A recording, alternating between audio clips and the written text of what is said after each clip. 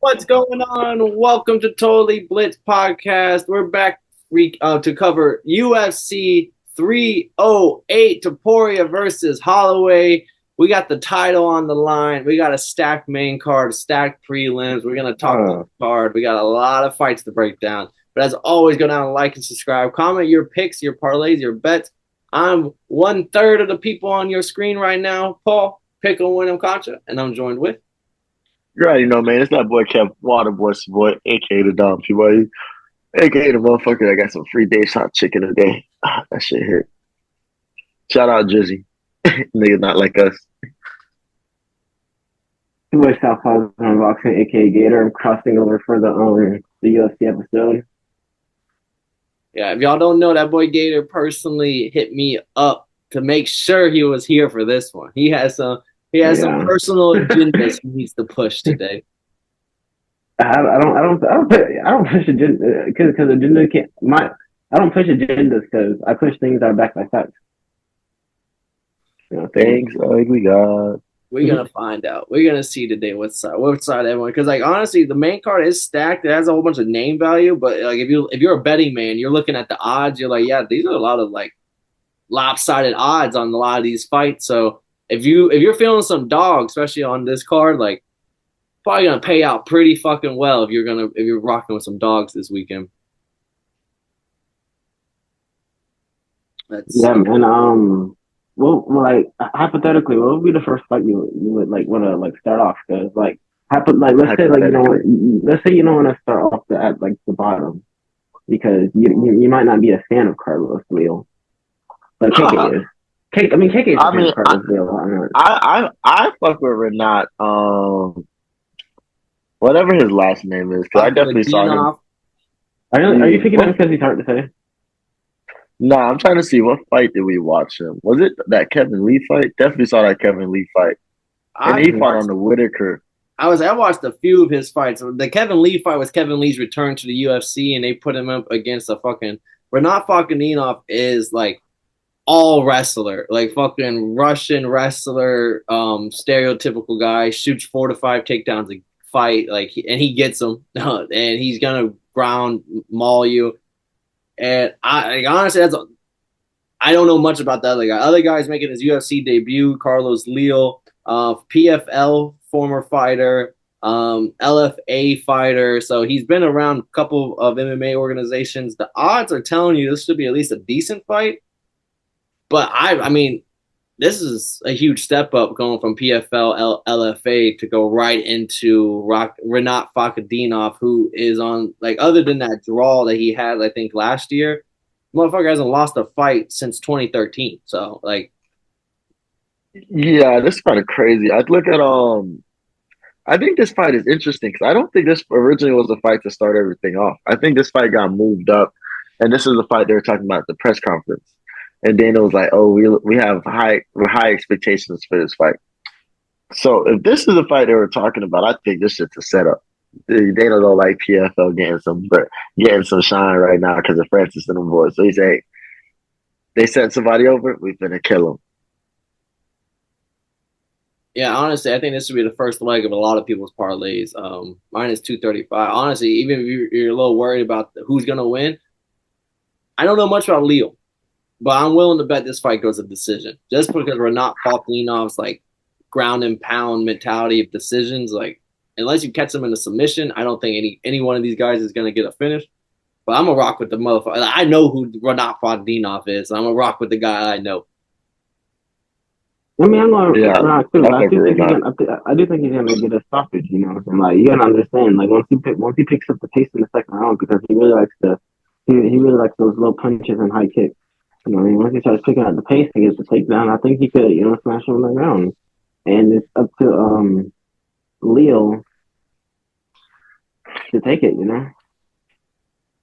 Yeah, and then honestly, then we got like the Bruno Silva fight up next. Bruno Silva's a plus 150 dog, and he's going up against Ismail Nardiev.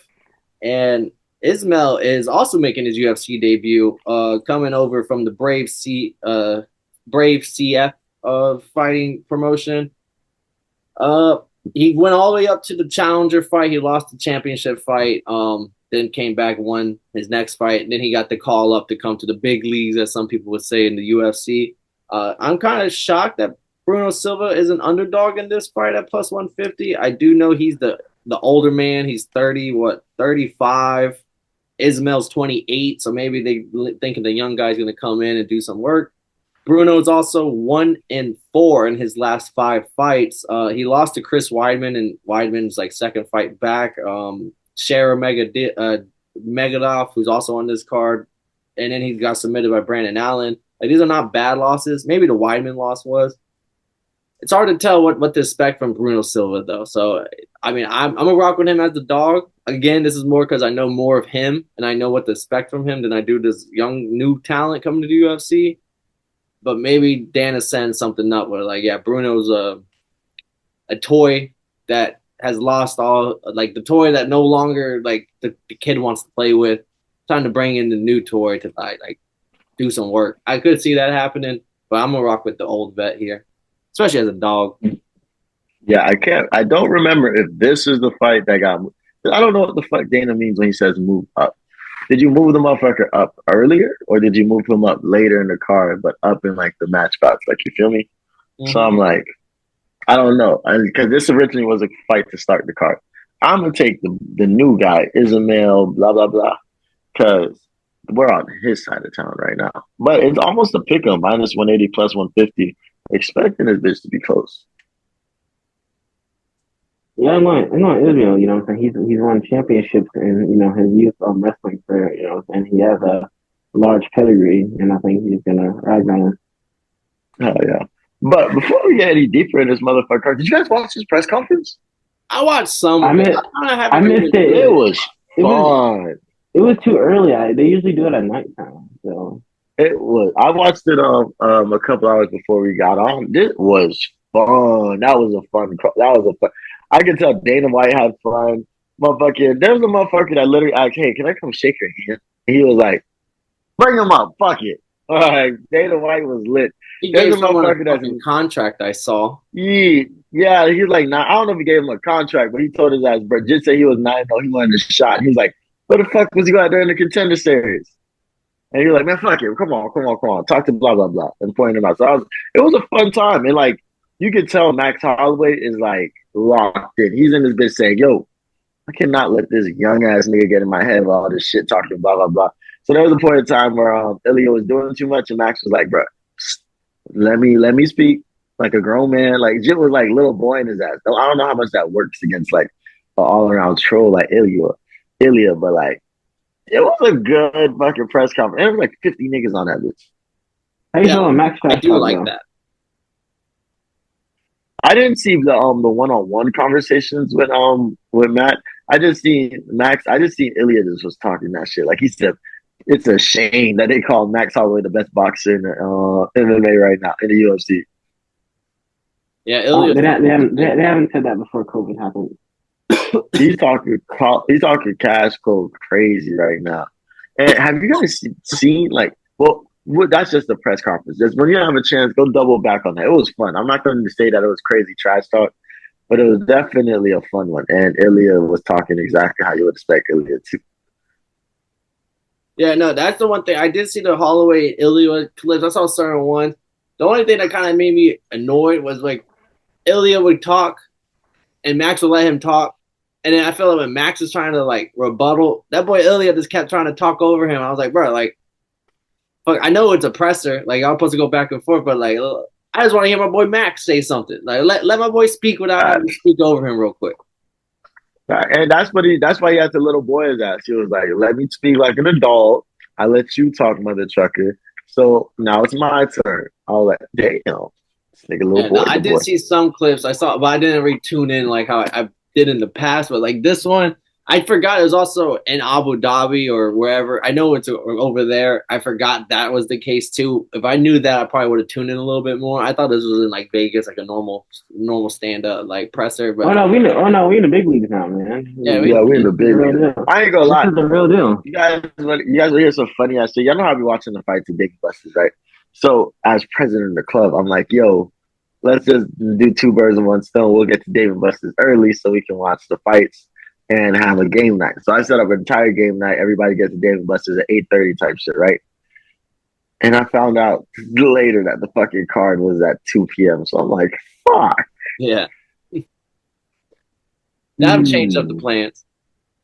Yeah, no, but it's already in motion, so I got to put the fucking flyer out. Then we have. I'm still there. And then this fight, I was gonna skip over until I had a gut feeling about something. But I think the only Afghanistan fighter in the UFC, Farid Basharat, taking on Victor Hugo. Basharat minus 725, one of the major favorites on this card. This is over on his side of the world, so they're trying to get their fighter looking good. Victor Hugo came on off the Contender Series 2-0 since then. Only reason I like this fight is because I would be rocking with the plus 450 Victor Hugo. Only because we've seen it before when they like the Indian fighter that was one of the only Indian fighters. He was, again, like his second or third fight in the UFC, massive favorite. And he was going up against a Brazilian, I think Elvis Burner maybe. I can't remember what Brazilian he was going up against. And it was massive dog. And the Brazilian just walked him down and showcased that, like, yeah, we've been fighting in my country for fucking generations on generations. Y'all are still a little bit new to this, so y'all aren't as prepared.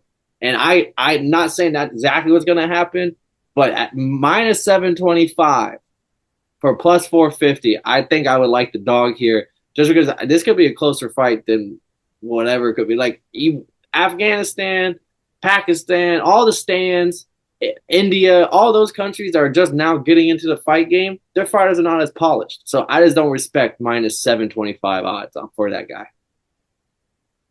Yeah, I'm going Hugo Strange. He has all the superpowers to win. He has, He has the head strength, and honestly, I think like he has to make a name for himself here. You know what I mean? Like he thinks that he's being disrespected. He's getting thrown into the wolves.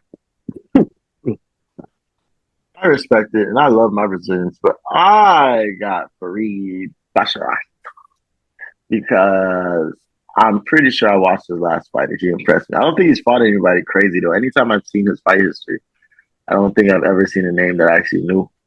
But I got the 12-0 to stay undefeated. And then this is kind of a fun fight. This is a fight that they just kind of put some shit together, I feel like. Chris Barnett, for whatever, it could have been Hurricane Milton. It could have been he got injured. We haven't fully 100% figured out. We're a little... We don't know why he wasn't in the last card. That's our fault, not y'all's. We're a little kind of not as prepared as we should be. But he's back 2 weeks later, taking on Kennedy Nzechukwu. No odds for this fight are given on ESPN right now. Probably because Kennedy's a fucking light heavyweight fighter. Going up to heavyweight to fight Chris Barnett. And, like, Chris Barnett is not a medium-sized heavyweight. Like, he is the max. He's 270. Just cute. Yeah, Jin is insanely huge. Kennedy's a big light heavyweight, so this might help him. He also is like he's 6'5" compared to Chris Barnett's 5'9". So yes, there's gonna be a huge difference in weight, but how much will it really be showing? I don't know, because Kennedy is a big guy. Like he probably walks around at like 230, 225, so he'll make the heavyweight no problem. And he's 6'5" compared to Barnett's 5'9". But I don't know. I think this is a fun fight. Like you got fucking heavyweight, light heavyweight. Chris Barnett, always gonna be a fan favorite, taking on Kennedy Nzechukwu. How are we feeling here? Again, no odds are given, so I don't know who's the dog in this fight. I'm gonna let Gator go first. I'm gonna be Phil Barnett. You know what I'm saying? He can do backflips. He can fight. He can kick legs. He has his power pack in. You know what I'm saying? Like he's just gonna come windmill on him.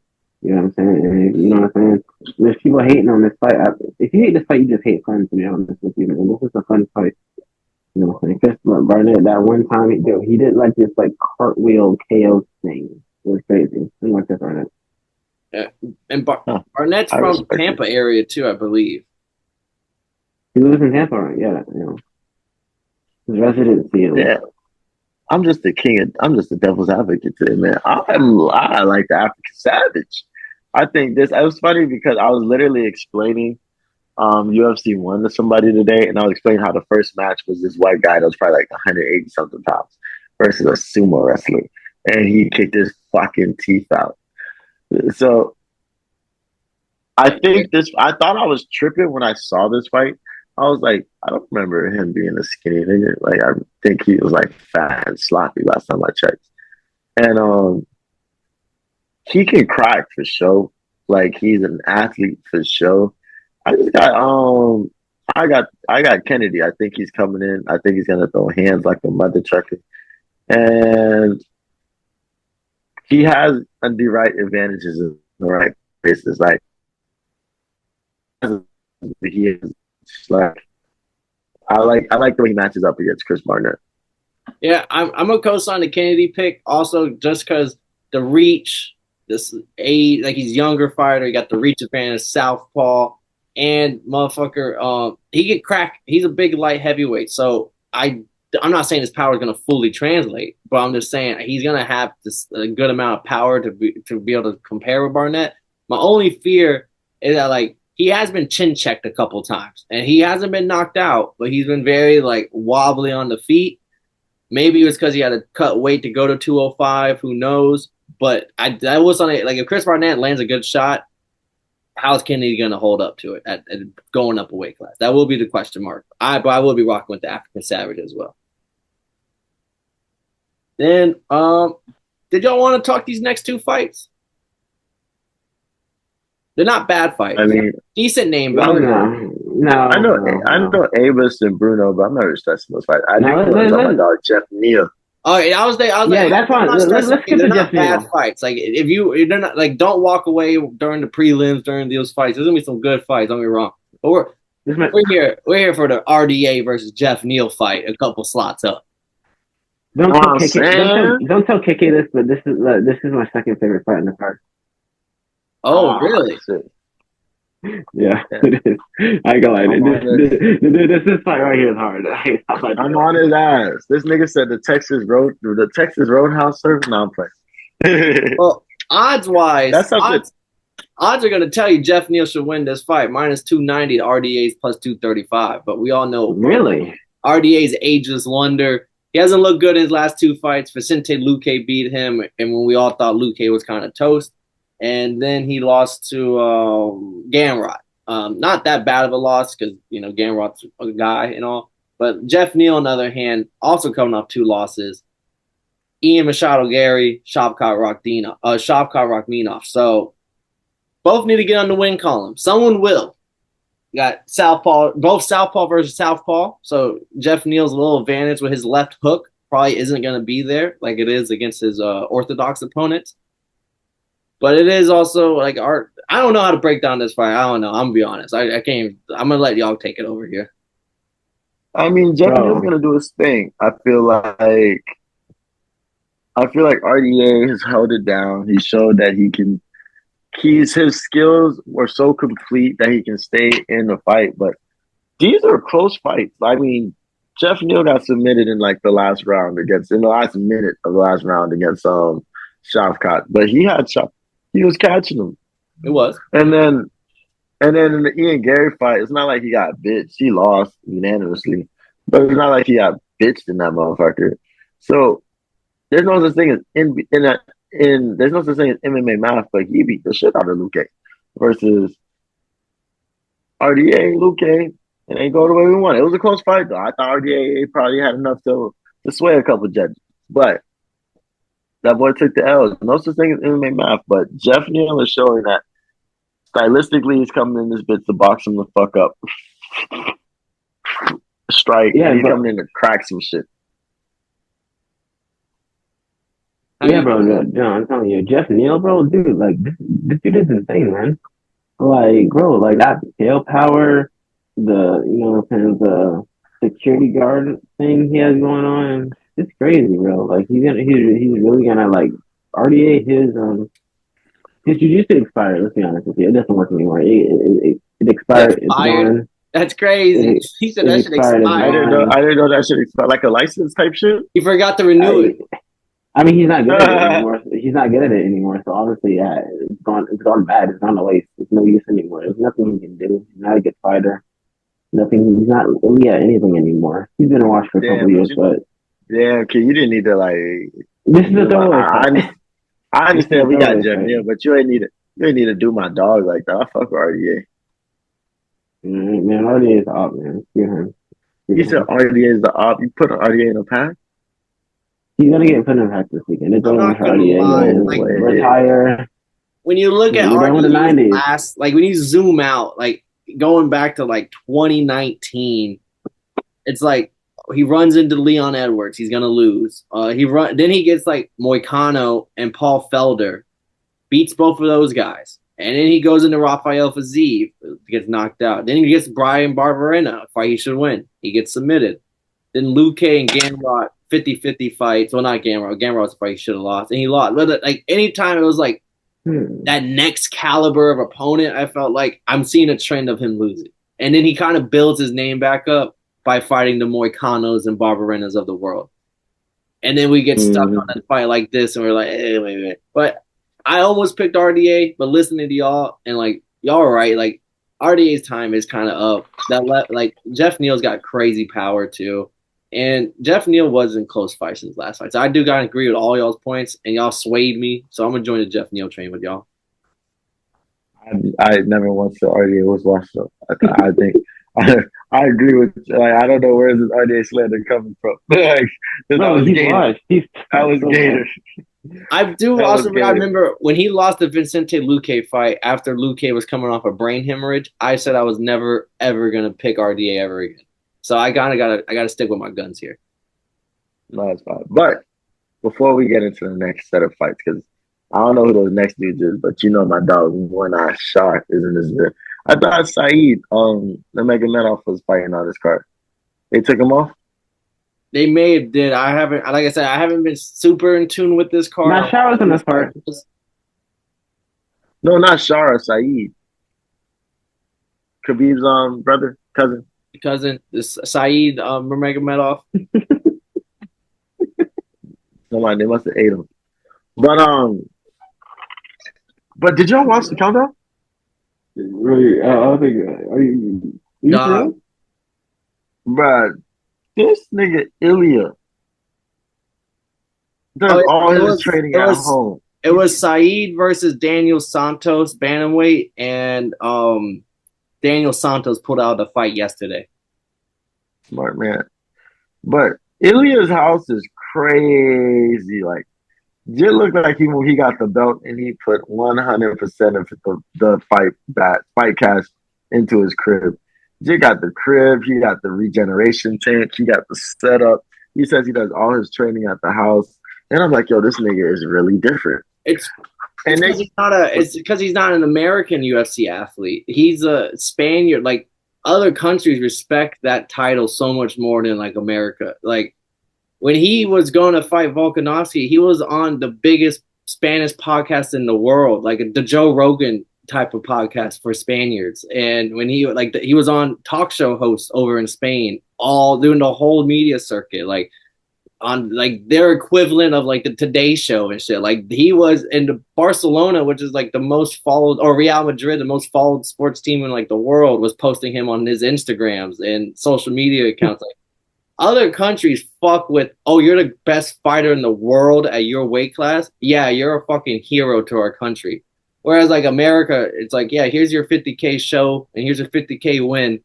You better win your next fight, buddy. Like, it's a complete thing.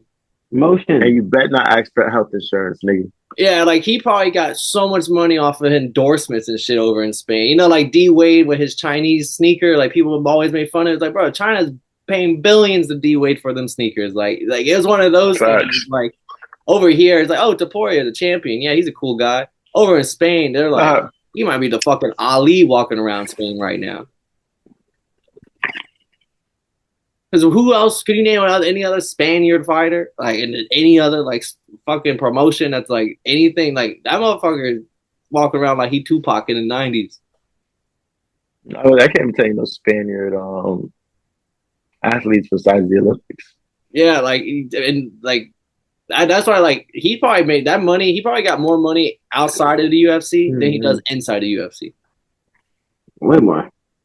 Because that house did not come from no fucking show money and win money. I can tell you that much. I saw the house that you're talking about. That bitch was fucking gigantor. But yeah, he doing this thing. He living the dream right now. And just had a daughter. I'm like, damn, bro, this is giving me more and more reasons to fear for my dog Max. And But then on the Shara, y'all boys. onto the Shara fight. This is third fight. Yeah, third fight in the UFC. Odds are getting closer and closer. We're finally getting him in some pick'em odds. Minus 170 for Shara, taking on Armin Petrosian, 9-3. Minus 170 Shara, plus 140 Armin Petrosian. We all know who Shara is, the one-eyed savage. Armin's on the other side. I'll at least break down Petrosian for y'all. Petrosian's been in the UFC since 2021, 3-2 overall. His losses are to probably good groundwork fighters. So not really Shara's specialty. Not saying Shara doesn't have ground game, but he can strike with some of them, but he has decent ground game. Like, he's a decent fight. This is definitely a step up fight for Shara here. And it's going to show, can he fight somebody who is a complete fighter? And it's a close pick 'em odds. If you think Shara is legit, this is honestly an easy fight for you to cash in. But if you think he might have some holes in his game and he might get taken down, or he's just not as hyped as he's not as good as he's being hyped up to be, as we saw with that like 6'7" Taekwondo motherfucker Robezy is whatever. Like this could be a shocking loss for a lot of people. I don't know where I'm really leaning right now, but I'm just saying Petrosian is not no like walkover. Wow, so you're calling this is gonna be your parlay buster? This could be, but I'm personally gonna go with Shara because I don't think he's championship contender worthy, but I think he's top 15 worthy. I think he's a good talent. I think he has more talent than the other guy. I think he's a better striker. Petrosian can take it to the mat, but I think Shara can also defend takedowns a little better than we just haven't really seen him need to do it as much. So I would be leaning towards Shara here, but this is definitely not a fight that I'm like, yeah, fucking add to my parlay, lock it up.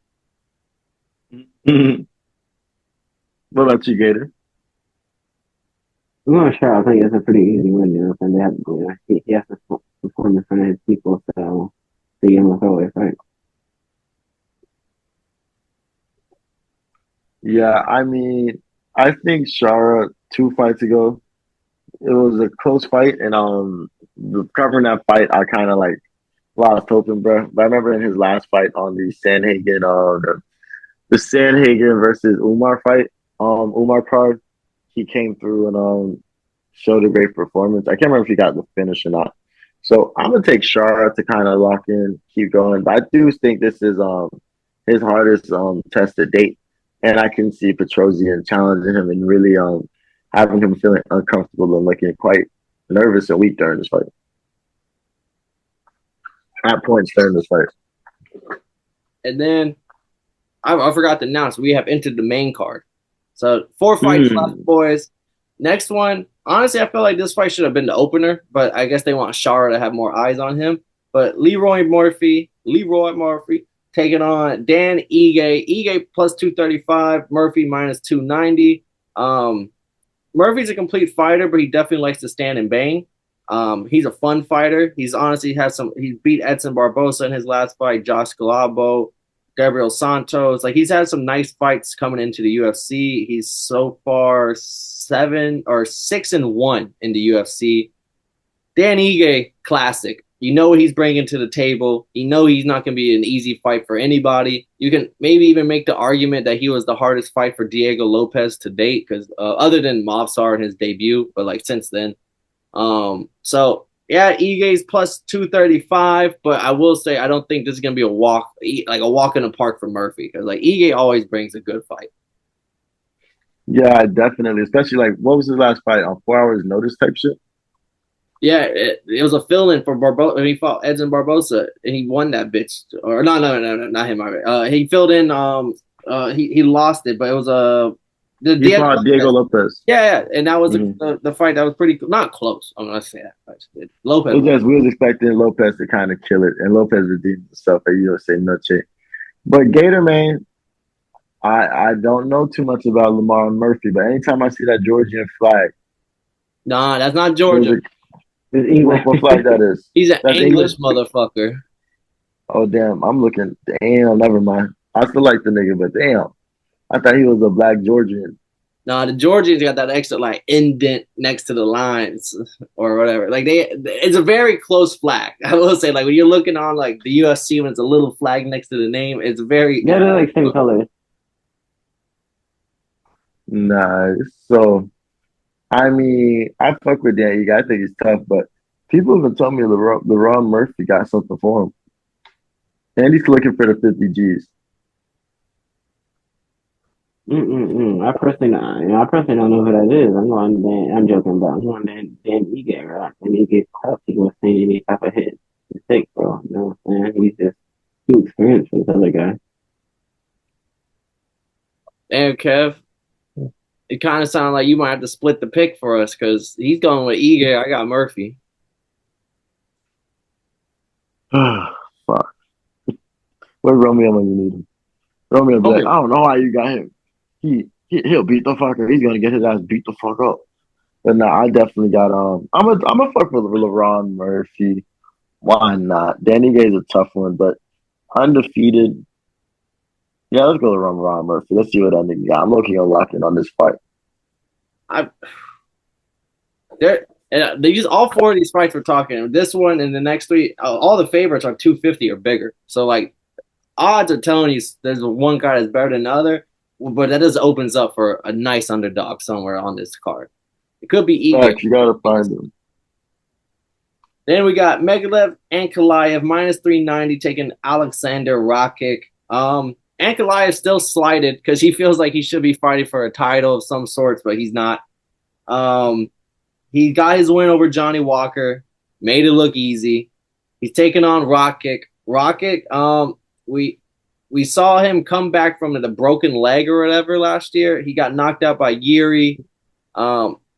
Honestly, I just feel like they're just recycling light heavyweights at this point. Like, all right, y'all haven't fought each other. Fuck it, y'all are gonna fight each other now. That's kind of the light heavyweight division stuck at with right now because it's just so top heavy that they keep having 4 versus 6, 6 versus 3, 3 versus 2. All that's going on. I feel like this is an easy pick. Ankalaev is the best striker in this division, maybe outside of Pierre, who has the belt. Good takedown defense. Rakic is really just a wrestler. Like he's not gonna be able to stand with Ankalaev. He's really gonna be hoping to take Ankalaev down, and if he can't get the takedown, Ankalaev I think is gonna maul through him. I got Ankalaev big here. But if Rocket can get the takedowns, he could easily get an unanimous decision win here. But I'm gonna go with Ankalaev.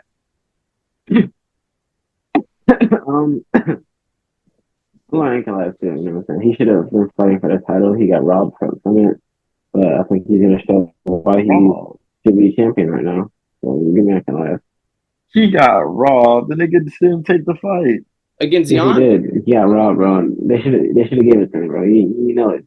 No. I agree. He got robbed against Jan. I don't agree with the rob against the title shot. I thought he beat Jan to be the champion when they called bro, that. There's no way Roundtree deserves that title. Deserves that shot over him, bro. No way. Absolutely not. I agree. Ankalaev, because Ankalaev he got a draw for the title, and then that like never got to fight for the title again. I just thought that was kind of weird. And he won that fight too. That's the crazy part. Yeah, he got robbed. And Dana White was just being pissy because he was mad that Jan versus Ankalaev wasn't some banger, so he's kind of making them both sit out fucking title. Even though Ankalaev has done everything to be able to get you should fight for the title again.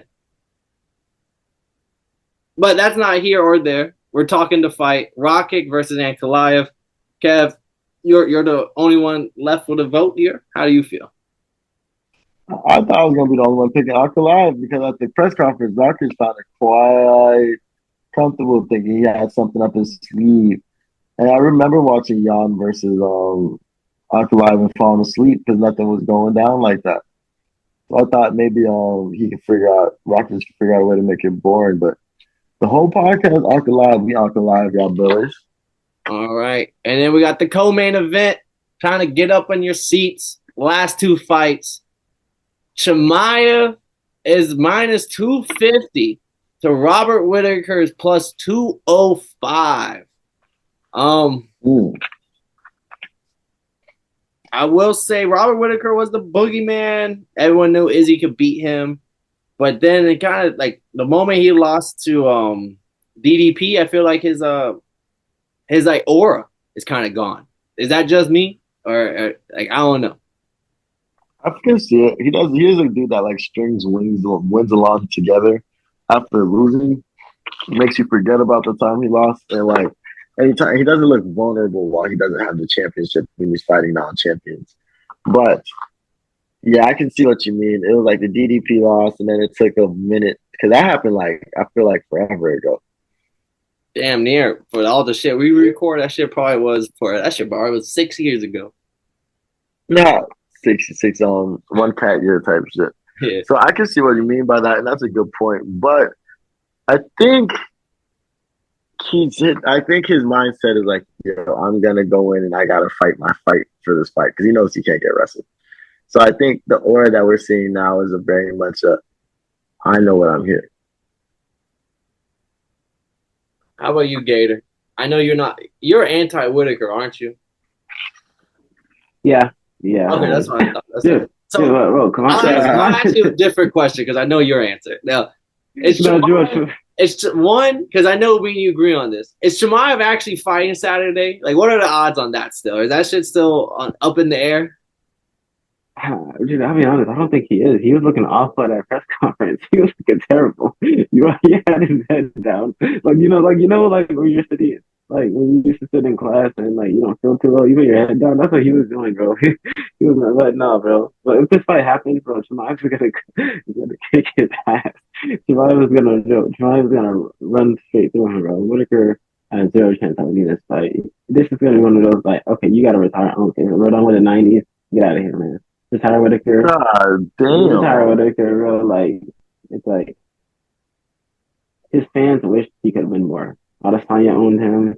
Chimaev is about to own him. It's over, man. It's over for Whittaker. Let's be real. After he lost to Dricus, you can't lose to a guy like Dricus like that, bro. You know, he's the reason champion. You better put some respect. He's the reason. He's the reason why he's champion. If Dricus loses that fight, he doesn't become good. But Whittaker choked that fight, so. This is all Whittaker's fault. This chaos is Whittaker's fault. It's all Whittaker's fault. He's losing this fight, and I really think he should take some time off and not fight for a while. Wow. I'm mad because I believe Chimaev is going to do what needs to get done to win this fight, and everybody has a game plan until they get punched in the face. But damn, Gator, I just can't keep going after you. Yeah, I'm not going to lie. Like, everything wants me to pick Whittaker. That's my boy. That's my guy. But everything he does, I feel like he outclasses the guys in front of him. Like, I want to sit here and be like, oh, Chimaev can't take him down. Look what he did to fucking Marvin Vettori. Marvin Vettori couldn't even get in within range. But like Chimaev is such a complete fighter, I want to say. Like, not just complete, but he's so big too. Like the fact that this is at middleweight and shit like that, that's gonna be a big deal. If he makes the weight, I got Chimaev to win here, but that's always the question. If he makes the weight, he has to make 185. I think he can do it. You never know. Yeah, I hope he can do it because I do want to see this fight go on.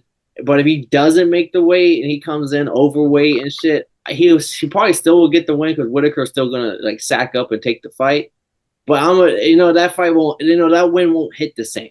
Like you gotta make this weight and beat Whittaker for me to be like, yeah, Chimaev, you're in title talk. But if you're over, I don't give a fuck. You're at 186. I'm done. I'm like, all right, Chimaev, you're a fucking light heavyweight. I'm done with you at middleweight. But give me Chimaev, and I don't want to say by buzzsaw like Gator, but I kind of gotta agree. I think he's gonna come in here, take him down within the first minute, and just have his way with Whittaker. What about you, Kev? Are you the only one with Whittaker? I want to pick Whittaker. I would love to pick Whittaker. I would sleep at night picking Whittaker. But I gotta take fucking Chimaev. He's an all-around motherfucking killer, and he showed time and time again that as long as he comes in ready to fight, he's finna fuck him up. Like And the biggest reason why I'm taking Chimaev is because we came at him so sideways for that fight against Usman. But I've been seeing a lot of the highlights and stuff like that, and I was like, low key, this wasn't a terrible fight, especially for somebody that got hurt in the first round. That's true. He did, yeah. But we agreed on Chimaev, Ankalaev, Jeff Neal, and Renat Fakhdinov. And I feel like right now that's a solid 4-man parlay to cook up. Pretty solid. Let's fuck it up. Then let's finish out strong here, boys. We got the main event. There was a lot of trash talking, at least from one side. I feel like a lot of trash talking. Ilia Topuria defending his belt for the first time against Hall of Famer, low-key one of the GOATs, Max Holloway. Max is kind of getting disrespected here. Plus 200 underdog going up against Topuria, minus 245. How do we feel about this fight? Are y'all all like? I know Gator's heavy on his side, but like Kev, are you heavy on one side or are you more like split down the middle? I mean, in a perfect world, it'd be like, yeah, I got motherfucking, I'm so stuck and I'm sick and I don't know what the fuck is gonna happen. Man, Paul, don't be living that bullshit. This man, Ilya, is a fucking animal, a matador, a monster, and then this motherfucker Max is a straight up gangster. And this is what, and they finna lock the boys in the cage for 25 minutes. So I can kind of see where I'm on both sides because I'm probably not gonna be screaming too much on either. But I want Max to fucking get this dub, and I'm gonna do a backflip off the fucking bar. Now, Gator, I know you're heavy on one side, so tell the people at home who you got, why you got them, and how you got them. You know, I got Topuria, man. Like similar, like the other fight. We're done with the '90s, man. Max hasn't looked good to me in years. You know, we're cherry picking favorable fights with favorable fighters, but when he fights for the title, he jokes. You know, and ever since Volk, when the division got tough, Volk came along and other stuff. Title's gone, dream shattered. You know what I mean? It's over for Max. We're done with the '90s. You know, and this is like you gotta understand. These young fighters are gonna whoop these old fighters. Dexter thinks nothing. Drickus and all the other fighters. The youngins are here, man. The youngins are here. So yeah, give me him. That's like to change him regard. He's gonna knock him out, bro. He's gonna stop him, bro. Like you know what I'm saying? Like everyone loves Max for some reason. I don't, you know what I'm saying? Everyone loves him. Everyone like people are so blinded by their Max love that they just don't understand his flaws that's gonna be exposed in this fight. Max is going to be exposed. It's because the best is blessed, man. Only man to have the intern belt, the real belt, and a BMF belt. No other fighter in UFC history has that resume right now. I will say Max has something particular to say to people like you, Gator. This wasn't on the count. It might have been on the count. I just saw it on like a podcast or something. He was saying, these people keep saying like these new fighters are going to come in and take over the old fighters. Like he's 27. I'm 32. Like I am this generation. Like I'm still a part of this generation. It's just because the fact of, and it's true because he started like 20 years old. So like, yeah, he's been in the game for so long, but he is still only 32. Like he isn't like, I know MMA, not MMA, but like MMA age isn't the same as like regular athletes' ages. Like, yeah, he can be 32, but he's been through some fucking wars. But I haven't seen his chin go. I haven't seen him slow down. I haven't seen him get any worse, like anywhere personally. I haven't seen him like regress striking. I haven't seen him regress takedown defense, regress anything really. So unlocking new badges. I can't sit here and say that like, oh yeah, like but it is also like, yeah, when does the chin go? Because eventually it will go. And Topuria is the type of guy that like, even if you didn't have question marks on your chin, he can still take that bitch in that fight. And then now that question mark is now there for the rest of your fucking career. Like Josh Emmett, no one ever thought he was going to get knocked out. That motherfucker almost died that night. All right. Like Bryce Mitchell, I don't think he ever been chin checked either. That motherfucker got chin checked like 4 to 8 times in that fight. So, bro, they're not Josh Mitchell's fight. I'm hoping it's a great ass fight. I know it's gonna be a great ass fight. My personal favorite bet on this fight is over 3.5 rounds. I honestly think the fight probably goes to decision. I know a lot of Topuria people are like, nah, I can't. That motherfucker taking his soul. I think Max is smart. Topuria, yeah, meet me in the first 10 seconds in the middle. We won't leave from there. And he's like, motherfucker, like the last, like we don't, like this is I'm the BMF, not the most dumb motherfucker award or some shit. Like that's the dumbest shit ever. Like yeah, to the fans, it's like, oh, that's some real shit right there. That's a real man. Like, oh, Max is scared. Motherfucker, it's a fight. Like, there's game plans. There's ways to fight. Max isn't out here knocking motherfuckers out left and right. Like, he's a striker, but he doesn't have the fucking power. Like, he does get finishes, but he doesn't have that crazy power. Of course, the power puncher would want to meet in the middle. You think Tyson Fury walked up to fucking Deontay Wilder and is like, yeah, we're going to stand right fucking here for the next 12 rounds. Like, no. I outboxed you for 12 fucking rounds to win this. All right, so all that shit thrown out the window. I'm going with Topuria. I think Topuria wins this on a fucking. I don't think he gets the knockout. I think he wins on a decision. I think this is a split decision. I think he edges it out. I think Max outstrikes him, but Topuria lands some of the harder shots that kind of sways judges. It's going to be one of those fights. It's going to be, well, you take your pick. Do you like volume or do you like power? Because the stats are going to be very close. That's how I feel. I feel like there's going to be one person, like Max is going to have the more strikes landed, and then Topuria is going to have a little bit less strikes landed, but like more significant strikes landed, like strikes that, like, oh, that one landed type shit. And I think that's going to edge out Topuria very slightly here. Okay, Gator. Oh, Gator. Oh. Did I go? I honestly forgot. Did I go? You went, but you didn't say you didn't give official. You said Topuria, but you didn't give out the official pick. Oh, knockout, really. We're down in the 90s, man. We're down in the 90s, man. Done with him. It's over, man. It's over for you, man. Topuria was born in the 90s. I think Max turns into the next, whatchamacallit. What's that dude's name? Topuria's only 4 years old. Tony Ferguson. I hate this nigga. Yeah, Tony Ferguson. He's gonna go on that losing. I love with Gator. There's no in between. It's like if I'm on one side, I'm on that fucking side until I die. I appreciate it. It's a lost art. We got a lot of fence sitters out there.